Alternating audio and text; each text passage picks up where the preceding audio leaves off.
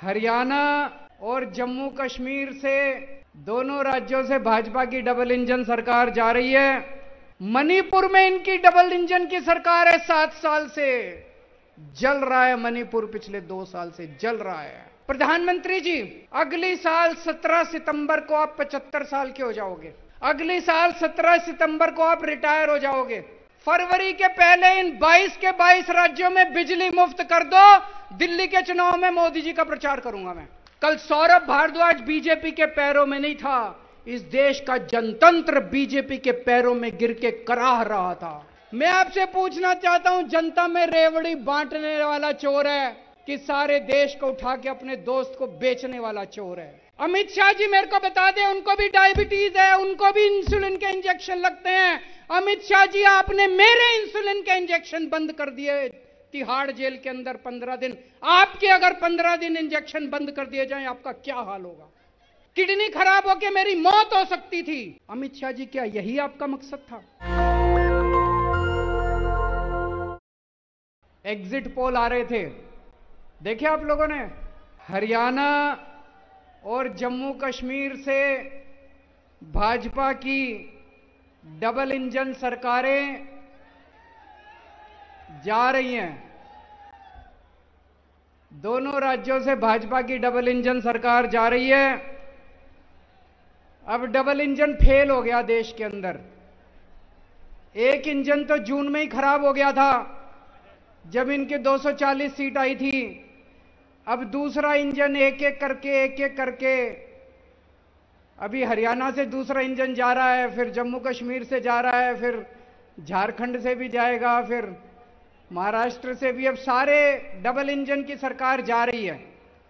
लोगों को समझ में आ गया, डबल इंजन सरकार मतलब महंगाई, बेरोजगारी और भ्रष्टाचार। डबल इंजन सरकार मतलब महंगाई, बेरोजगारी और भ्रष्टाचार। इसीलिए पूरे देश से इनकी सरकारें जा रही हैं। अब दिल्ली के चुनाव आने वाले हैं। दिल्ली में आके ये कहेंगे डबल इंजन सरकार बना दो, डबल इंजन सरकार बना दो। इनसे पूछना जब आए कि भाई हरियाणा वालों ने बनाई थी तुम्हारी डबल इंजन की सरकार, 10 साल तक इनकी हरियाणा में डबल इंजन की सरकार रही, तो ऐसा क्या करा तुमने कि हरियाणा में आज कोई इनको अपने गांव में नहीं घुसने दे रहा? पता है आप लोगों को, आपकी रिश्तेदारियां होंगी गांव में। मैं गया था, अभी पूरे हरियाणा में घूम रहा था मैं, चुनाव प्रचार के लिए मैं गया था। भाजपा वालों को गांव के अंदर नहीं घुसने दे रहे। मतलब जैसे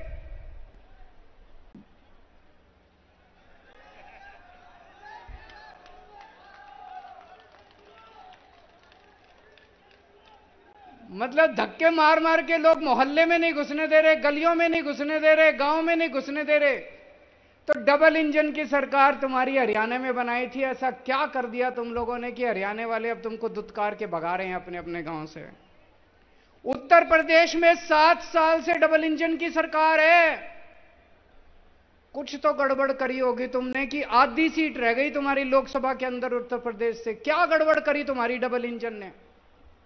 मणिपुर में इनकी डबल इंजन की सरकार है। 7 साल से जल रहा है मणिपुर, पिछले 2 साल से जल रहा है।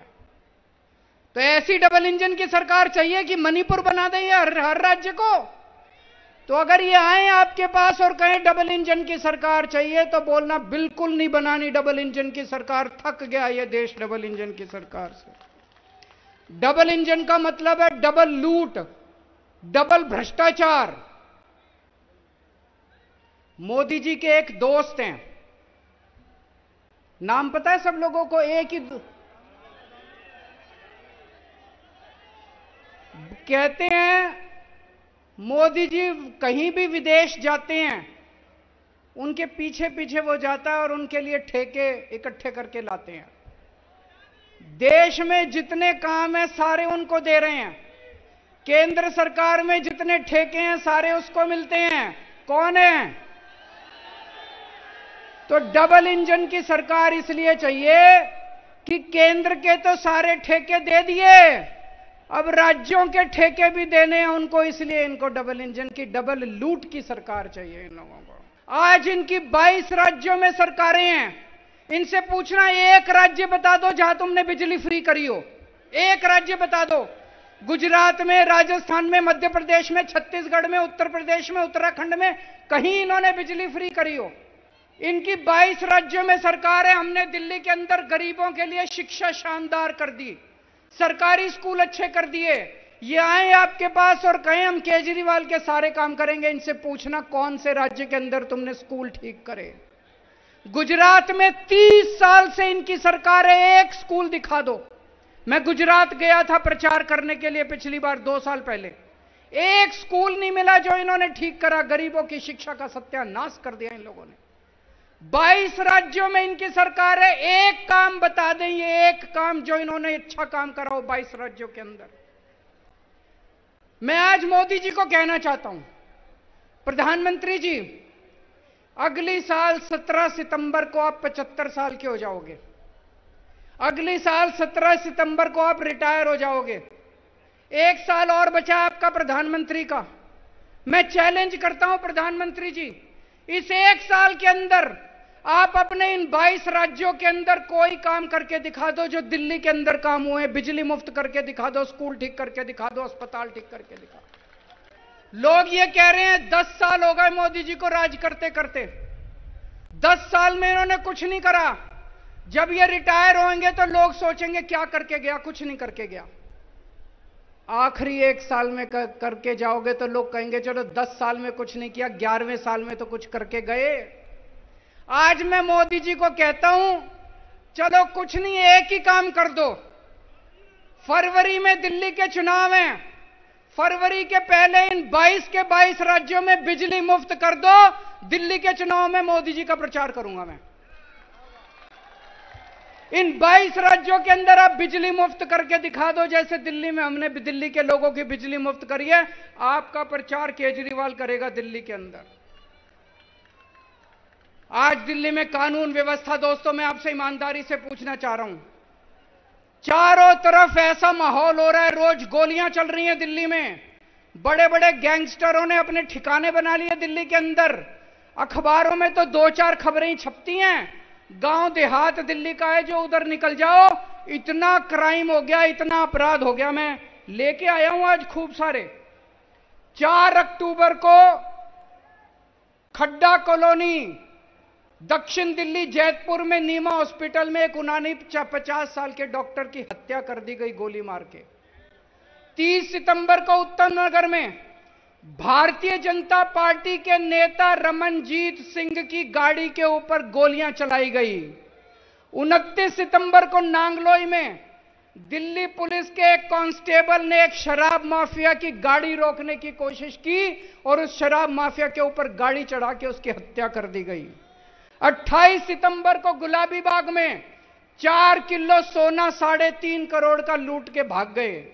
28 सितंबर को नारायण विहार में 20 राउंड गोलियां चलाई। एक गाड़ी, शोरूम था गाड़ियों का, उसके ऊपर 20 राउंड गोलियां चलाई। 28 सितंबर को ही महिपालपुर में एक होटल के अंदर फायरिंग हुई। 28 सितंबर को ही नांगलोई में 2 लोगों ने 3 या 4 राउंड एक दुकान के, ये कई सारे हैं, ये कोई अंत नहीं है। मैं खूब सारे लेके आया हूं। ये जो अपराध दिल्ली के अंदर हो रहा है, सारी सीमाएं तोड़ दी। जैसे 90 के दशक में हम सुना करते थे बंबई में अंडरवर्ल्ड का राज था, वही हाल आज दिल्ली का हो रहा है। लोगों का घर से निकलना मुश्किल हो गया है। और ये तो वो है जो अखबारों में छप रही हैं, ये तो वो है जिसमें एफआईआर हो गई। मैं आपसे पूछना चाहता हूं, कितनी ऐसी घटनाएं हैं जो पुलिस के पास जाती नहीं है या पुलिस एफआईआर ही नहीं करती? कितनी घटनाएं ऐसी हैं दिल्ली के अंदर? आज आम आदमी का सुरक्षित जीना मुश्किल हो गया है। दिल्ली पुलिस इनके पास है, सुरक्षा व्यवस्था इनके पास है। क्या कर रही है बीजेपी? क्या कर रही थी बीजेपी जब ये फायरिंग हो रही थी? क्या कर रही है बीजेपी जब ये सारी घटनाएं हो रही हैं? बीजेपी दिल्ली सरकार के काम रोकने की कोशिश कर रही है, बस ये करती है। उनको एक ही काम दिया था आप लोगों ने कि दिल्ली की सुरक्षा व्यवस्था संभालो, वो तो इनसे संभलती नहीं। जो काम इन लोगों को दिया गया वो काम तो ये करते नहीं, लेकिन वो दिल्ली सरकार के काम, वो बस मार्शल रोकने की कोशिश करते हैं। बसों में रोज आया जाया करता था, बसों में 10 साल तक दिल्ली की बसों में मैंने भी खाक छानी है, मुझे पता है कि दिल्ली की बसों में क्या व्यवस्था होती है। एक महिला जब दिल्ली की बस में चढ़ती है, अगर उसे बैठने को सीट ना मिले तो मैं जानता हूं उसके साथ किस तरह का व्यवहार किया जाता है। इधर से कोई छेड़ता है, उधर से कोई छेड़ता है, इधर से कोई उसको तंग करता है। किस तरह से दिल्ली की बसों के अंदर जेब कतरे काम करते हैं, किस तरह से अपराध होते हैं। जब हमारी सरकार बनी, हमने दिल्ली में बस मार्शल नियुक्त किए। बस मार्शल जब से नियुक्त किए, मेरे को चारों तरफ से पता चलने लगा महिलाएं अब अपने आप को सुरक्षित महसूस कर रही हैं। अगर किसी बस के अंदर कोई मन चला, कोई गलत आदमी किसी महिला को छेड़ता था, वो जोर से शोर मचाती थी, बस मार्शल उसको तुरंत आके दबोच लेते थे और उसको पुलिस थाने ले जाते थे। कितने ऐसे मौके हैं, मेरे को पता है हमारे बस मार्शलों ने कितने अपराध रोके हैं, कितने जेब कतरे पकड़े हैं। एक बार तो एक छोटा सा बच्चा, 4 साल का बच्चा, उसको किडनैप करके ले जा रहे थे कुछ लोग। वो बच्चा बुरी तरह से रो रहा था। बस मार्शल को शक हुआ कुछ तो गड़बड़ है।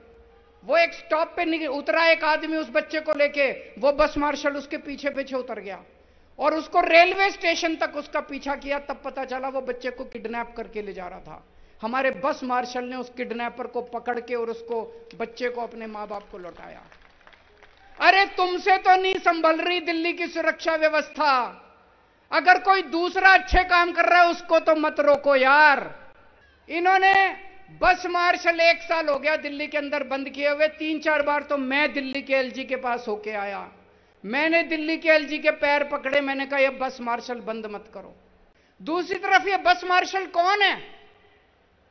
ये गरीब बच्चे हैं बेचारे। 15-15 हजार रुपए मिलते हैं इनको महीने के। अरे 15 हजार रुपए में आजकल कौन नौकरी करता है? गरीब आदमी तो नौकरी करता है। कोई इनका बीजेपी के नेताओं का बच्चा तो नौकरी नहीं करता बस मार्शल की। गरीब आदमी तो नौकरी करता है। बहन जी गलत तो नहीं कह रहा? गरीब आदमी तो नौकरी करता है। इन 10,000 बस मार्शल की नौकरी छीन ली इन लोगों ने। और कितनी नौटंकी कर रहे हैं, कितना झूठ बोल रहे हैं। कभी कहते हैं कैबिनेट नोट पास नहीं किया, कभी कहते हैं फलाना नोट पास नहीं किया, ये नहीं किया। कल हमारी सारी कैबिनेट बैठ गई इनके साथ। आतिशी जी, सौरभ भारद्वाज, ये हमारे सारे मंत्री बैठ गए।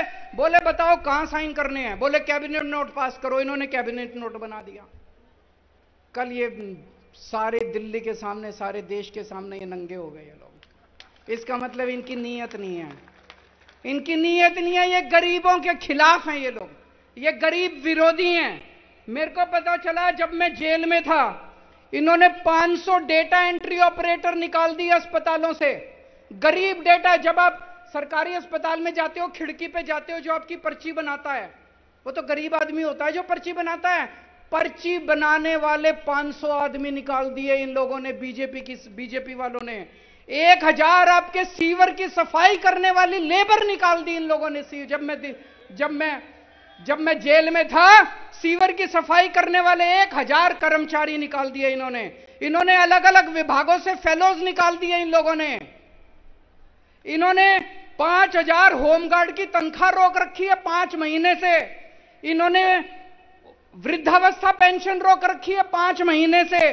इन्होंने विडो पेंशन रोक रखी है, विधवा पेंशन रोक रखी है 6 महीने से। इन्होंने डीटीसी के जो पेंशनधारी हैं उनकी 8 महीने से पेंशन रोक रखी है। अरे शर्म कर लो यार। तुमको लगता है ऐसे तुम दिल्ली जीतोगे? अरे कुछ अच्छे काम करो यार। तुम्हारे पास इतनी बड़ी ताकत है, केंद्र सरकार में तुम्हारी सरकार है, इतना पैसा है, कुछ अच्छे काम करते। लड़ेंगे। कल मैंने देखा कैसे सौरभ भारद्वाज विजेंद्र गुप्ता के पैरों के अंदर पड़ा था। ये छोटी बात नहीं है भाई साहब, बहुत बड़ी बात है। कोई मंत्री बन जाए उसका ऐसा अहंकार हो जाता है, ऐसा अहंकार हो जाता है। मैं अभी इनके एक मंत्री का बयान बताऊंगा। हमारे मंत्री दिल्ली के लोगों के लिए इनके पैरों में भी गिर जाते हैं। कल सौरभ भारद्वाज बीजेपी के पैरों में नहीं था, इस देश का जनतंत्र बीजेपी के पैरों में गिर के कराह रहा था। बड़ी शर्म आई। जिस पार्टी को 62 सीटें दी लोगों ने और जिस पार्टी को 8 सीटें दी, वो 62 सीटों वाली सरकार बीजेपी के पैरों में गिर के उनसे भीख मांग रही है, हमारे बस मार्शल्स को बचा लो। 8 साल से सही चल रहा था, सबको फ्री दवाइयां मिल रही थी, सबको 9 साल से फ्री दवाइयां, फ्री टेस्ट। मैं जेल गया, इन्होंने आपकी दवाइयां बंद करा दी, इन्होंने आपके टेस्ट बंद करा दिए। अस्पतालों के अंदर दवाइयों की वजह से अगर लोग बीमार रहेंगे तो इससे तो अपना ही नुकसान होगा, दिल्ली के लोगों का ही नुकसान होगा, जनता का ही नुकसान होगा। पहले हमारे देश में ब्रिटिश राज था, आज हमारे देश में एलजी राज है। मैं सोच रहा था भगत सिंह ने इसीलिए फांसी खाई थी क्या, कि अंग्रेज जाएंगे और एक एलजी आके दिल्ली के ऊपर राज करने लगा, एलजी का राज हो जाएगा। केजरीवाल ने 6 मुफ्त की रेवड़ी दी है दिल्ली के हर नागरिक को। ये 6, इसमें 6 मुफ्त की रेवड़ी है। कौन कौन सी है?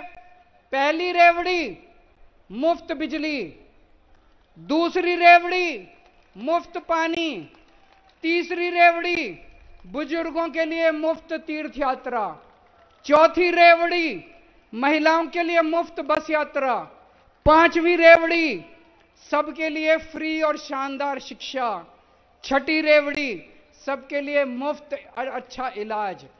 ये 6 रेवड़ी दे रहा हूं, 7वीं रेवड़ी आने वाली है, हर महिला को 1000-1000 रुपए उनके बैंक अकाउंट में।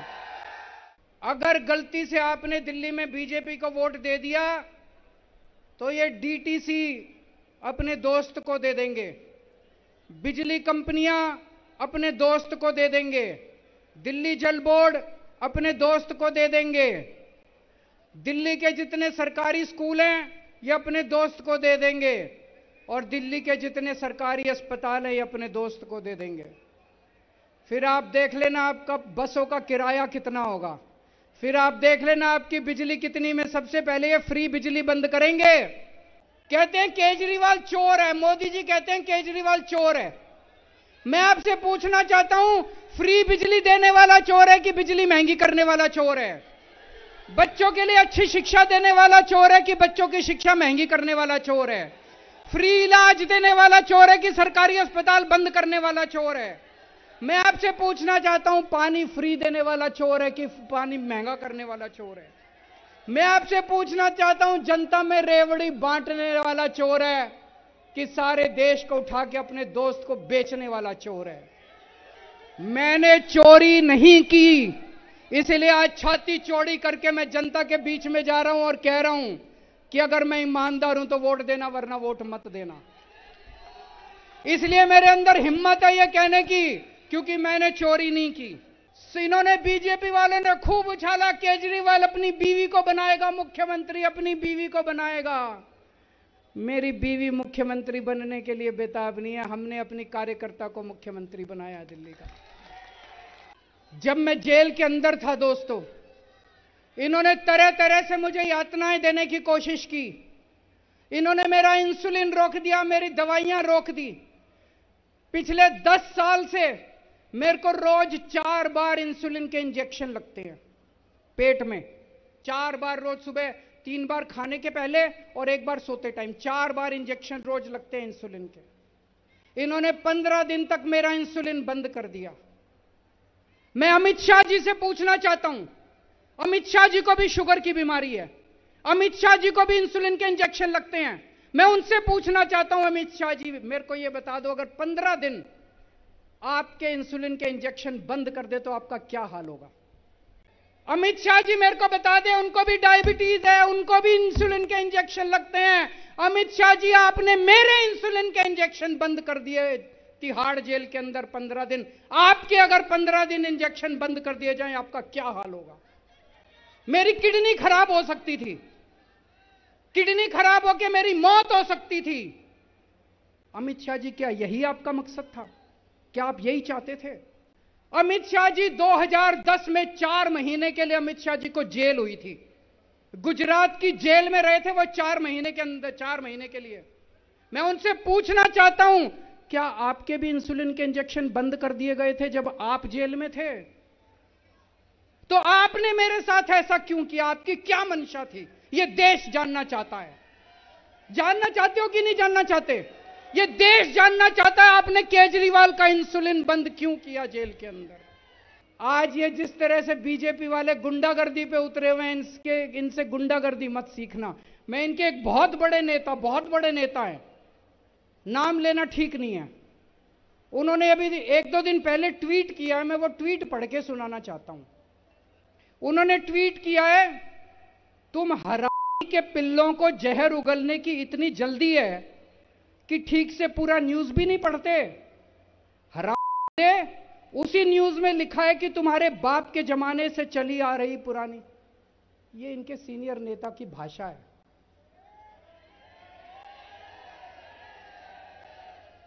ये इनके सीनियर नेता ने ट्वीट किया है, तुम हरामी के पिल्लों को जहर उगलने की इतनी जल्दी है।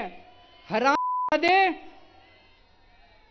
क्या हम ऐसा भारतवर्ष चाहते हैं? और आज मैं यहां से फिर से मांग करना चाहता हूं, अगर बीजेपी में हिम्मत है तो नवंबर के महीने में महाराष्ट्र और झारखंड के साथ दिल्ली का भी चुनाव करके दिखाए, और नहीं तो मान ले कि हार गए वो, डर गई बीजेपी, हार गए वो, और नहीं तो अभी चुनाव करो, हम चुनाव लड़ने के लिए तैयार है, तुम चुनाव करके दिखाओ नवंबर के महीने में।